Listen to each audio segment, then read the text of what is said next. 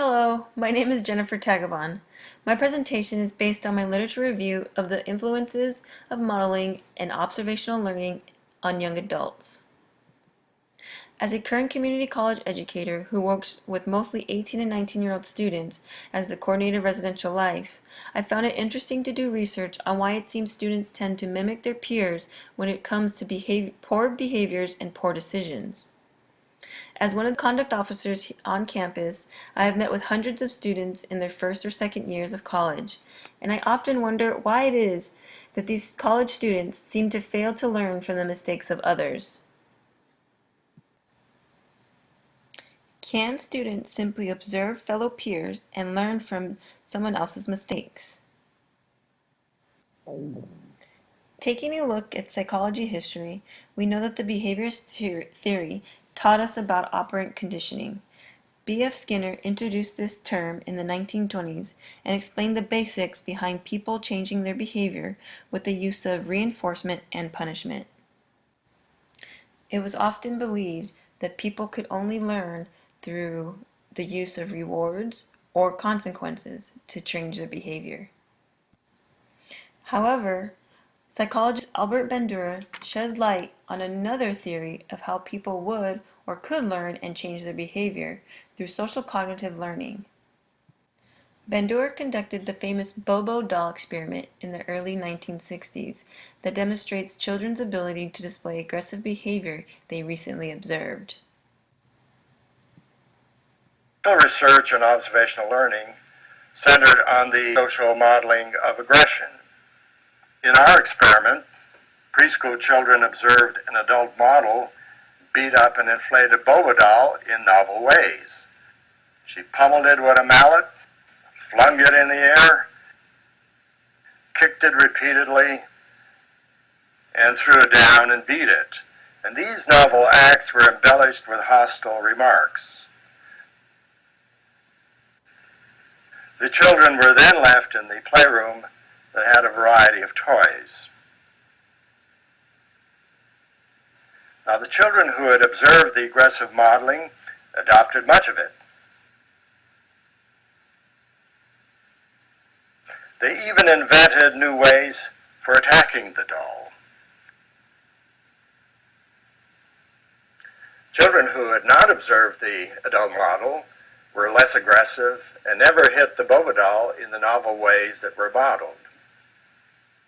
The children who had been exposed to the aggressive modeling showed an increased attraction to guns, even though the adult model never used them. At the time we did this research, it was widely believed that seeing others venting aggression would drain away the viewer's aggressive drive. As you can see, exposure to modeled aggression is hardly cathartic. In this footage, Bandura's study showed that the children's ability to observe and learn the behavior of adults being aggressive to the beloved clown toy. His research on children demonstrated the power of observational learning also on babies as young as 21 days old.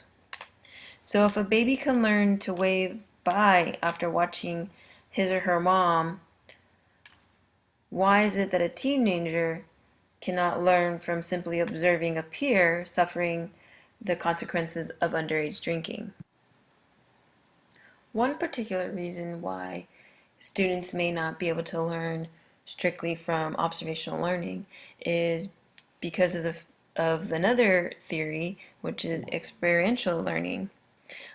This involves students or people in general needing to go through an experience to actually learn from the situation.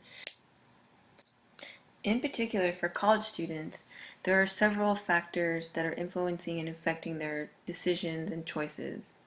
Some of those may be that they are away from home for the very first time, or they're now living amongst a diverse population that they are not accustomed to. Through this transition of going from living at home with your parents and being in high school with students that you've probably may have grown up with, and going to a new place and having a new surrounding may lead to these young adults having a lower self-esteem and maybe feeling incompetent. And so research has shown that students that have a lower self-esteem are more likely to follow or be influenced by their peers. And these influencers may be positive or negative. Bandura also noted that it's during this social status change that these college students often learn to look to their peers for the behaviors that are accepted in order to be socially successful. This desire to be socially accepted seems to overtake or overpower students' ability to make decisions after observing a fellow peer suffering the consequences of their behaviors or actions. Another potential factor in influencing college students to learn from observational learning may be the personal fable theory, which attributes the fact that young adults or adolescents feel that they are unique and are not subject to the behaviors of other people. So the Superman theory, in effect, that bad things will not happen to them. Bad things happen to other people. Now, of course, there's not one right way or one particular way where how people learn best. Everyone is different in learning how to change their behavior.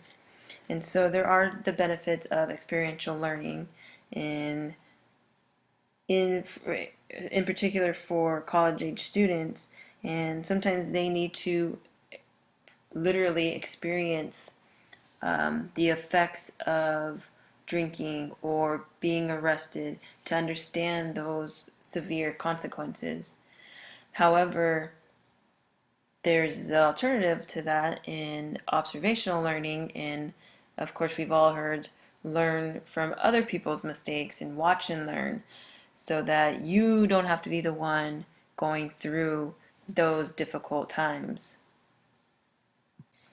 Now, what may be the most ideal is to essentially have a combo of the different types of learning to have the most profitable outcomes.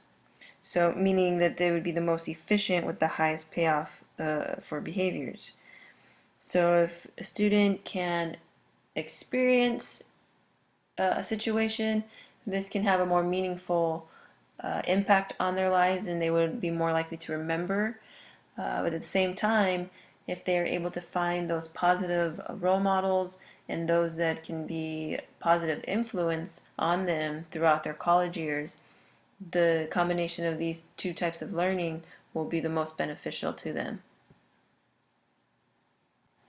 Especially with regards to higher education, it is important that further research is done to fully understand how college students can learn through observational learning in the classroom and of course outside the classroom.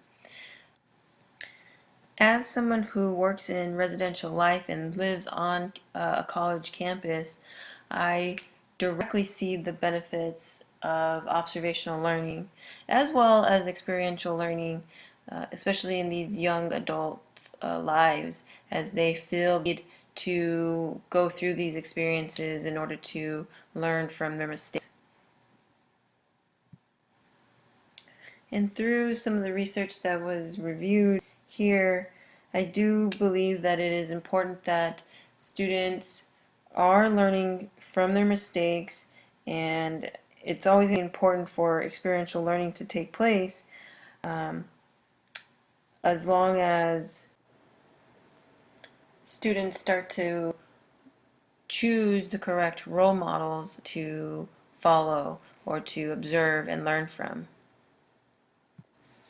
I think the more that educators at both the higher ed level and the K-12 system the more that we can do to help students learn from each other and learn through trial and error and experience, the better off our students will be in learning in general. Thank you for listening to my presentation.